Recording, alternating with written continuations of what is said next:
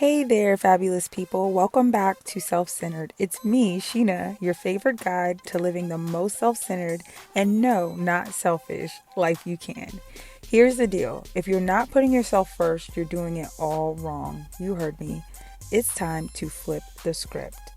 Today, we're talking about something I'm super passionate about, self-care as a non-negotiable. Yes, I said it, non-negotiable. I know some of y'all are out there treating self-care like it's a special treat you only deserve when everything else is done. Nope. Self-care is the meal, not the dessert. Remember, we're about putting you first. So let's get into it. We're about to explore different self-care practices, why they're absolutely essential for your well-being, and why it's time to make yourself priority number one, period. Okay, so what does it mean to make self-care non-negotiable? All right, so let's picture this. You're running around doing everything for everyone else: work, relationships, family, friends, like a multitask octopus. You're serving up care like Oprah's giving out cars out here. You get some love, you get some love, and you get some love. But then you look around and there's nothing left for you. Does this sound familiar? Is this your life, honestly? Be honest. Stop right there. Making self-care non-negotiable means your cup gets filled first. Always, no exceptions. Because guess what?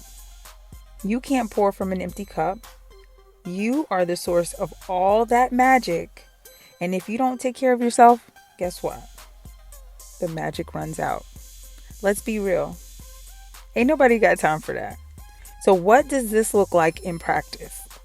It means self-care is a regular part of your life. Self-care needs to be comparable to brushing your teeth or even eating breakfast. It's not a luxury or an indulgence. It's a must-have. Now, there are different self-care practices that will change your life, and we're going to get into that right now so that we can think of practical ways to incorporate self-care into our lives like we do breakfast and breaks. So, now let's talk about the fun stuff. All the ways you can actually make self-care part of your daily routine. Because if you think self-care is just about bubble baths and face masks, honey, we're about to expand the definition. I hear a lot about what self-care looks like, but this is a true definition of what self-care can include. And it's all about you. So self-care is you-centered. It's about what makes you tick and what makes you happy. So let's start off with something that I would say this is a great way to start your day. So mindful mornings is a way to start your day. And I'm starting with this one because how you start your day sets the tone for everything that happens and follows you throughout the day. So instead of rolling out of bed and diving straight into your phone, emails, scrolling social media, stop. Take a moment to breathe, stretch, which I've been taking part in every single morning, journal, and meditation. Whichever one of those works for you. If all 3, 4 work for you, try that, even just for 5 minutes, because this can make a huge difference. And I also want you to move that body. And no, I don't mean you have to have an intense 2-hour workout. I'm talking about movement that makes you feel good.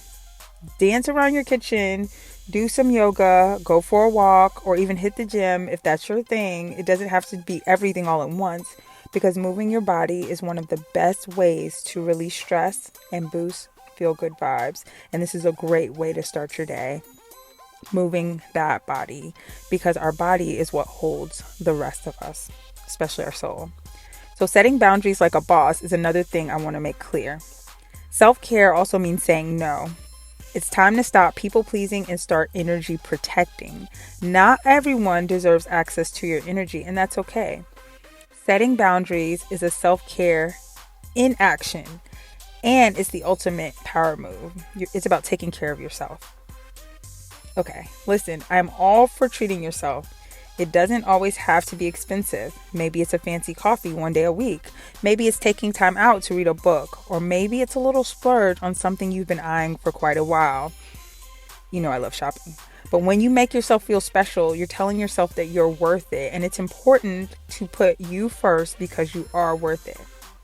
So, mental detoxes are necessary and they do help us flesh out what's important. So let's talk about a social media break for a second. I love social media and I use it as a tool to get my message out, but sometimes the best self-care is logging out and tuning into your actual life.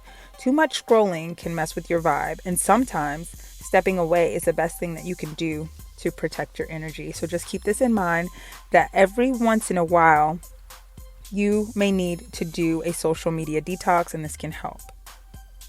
Okay, so let's get real about why this is important. Self-care isn't just a cute trend or hashtag. And yes, we love cute trends and hashtags. It's the foundation of your well-being. And let's not confuse this with being selfish.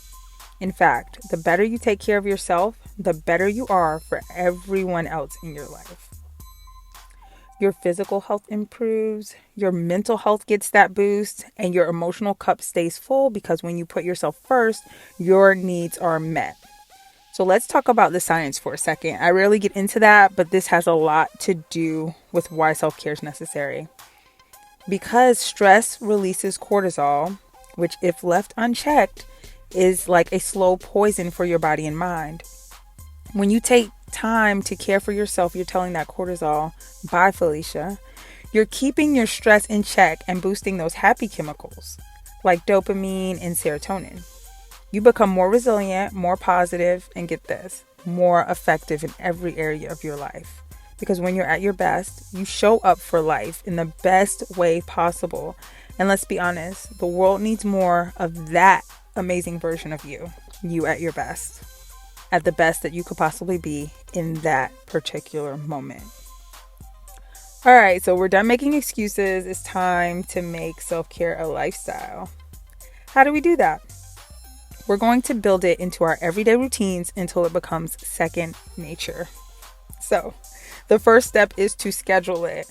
I work through notes and I have to write things down and set myself reminders. So if you're like me and battle some of the symptoms of ADHD, schedule it. Listen, if you got time to schedule dentist appointments, make it to work, meetings, grocery shopping, then you've got time to schedule you. So make sure you put it on your calendar, set an alarm, and make it as official as everything else in your life because you are just important as everything else you're prioritizing. Step 2, self-care isn't one size fits all. What works for someone else might not be your jam. And that's cool. You got to experiment a little bit. You got to test things out, try it, see if you like it. Find out what fills your cup and makes you feel amazing and do that. Step 3, and this is the most important part. You got to stick with it. Consistency is key. Self-care can't just be something you do once in a blue moon. It has to be a commitment to yourself, and let's be honest, you're worth that. And this can also include bubble baths, champagne, trips to the salon. Just make sure that you commit to doing something for yourself each week and daily if you can. Now, if you're ready to take your self-care game to the next level, I've got just the thing for you. I want you to check out my book, The Self-Love Letter, which is available at theselfloveletter.com. It's packed with affirmations, journaling prompts, and self-care practices to help you put yourself first. This is a really easy, consumable for every demographic workbook that gives you simple prompts, and it helps you appreciate yourself more in the day-to-day. And also, don't forget to grab the yellow pill, which is your complete guide to a self-centered life, on Amazon. Just type in Sheena Aaron and you'll find it. It's your ultimate guide to embracing self-love, self-awareness, and living unapologetically. This is something I stand behind 100%. Because taking care of you isn't just a choice, it's a revolution. And this mindset has absolutely changed the way that I look at life and my daily interactions. And it's improved vastly. And I want to share that with others so that they can feel what I'm feeling. Now we're going to get into a few other things. Let's turn the page. Let's put it into practice with a few real life scenarios. Because trust me, I know how easy it is to let life get in the way. It's something we can't help. But when life is lifing, we have to take that into account and allow for that. Okay, so the first scenario is you're at work and someone asks you if you can stay late again. Instead of automatically saying yes, pause. Ask yourself, do I have the energy for this? Is this going to deplete me? If the answer is no, give a polite but firm, I'm not available this time. Boom, boundary set, peace protected, mission accomplished, self-care achieved. Scenario 2. It's a Sunday morning and you've got a huge to-do list, but your body is begging for rest. Honor that. If you feel like you need rest, you do. Instead of pushing through, take a nap, take a walk, or do something that relaxes you. The to-do list can wait. Your well-being can't. Self-care first. Scenario 3. Your group of friends want to go out, but you're feeling like a night in, some Netflix, some snacks, because you rarely get a break. Sometimes the most powerful self-care is saying, y'all have fun, but tonight I'm choosing me. No FOMO allowed when self-care is the priority. So make sure you think about yourself in every scenario that you face and prioritize self-care where you can. All right, gorgeous souls, that's a wrap for today's episode of Self-Centered. I hope you're ready to make self-care a non-negotiable part of your life because you are too important to be put on the back burner.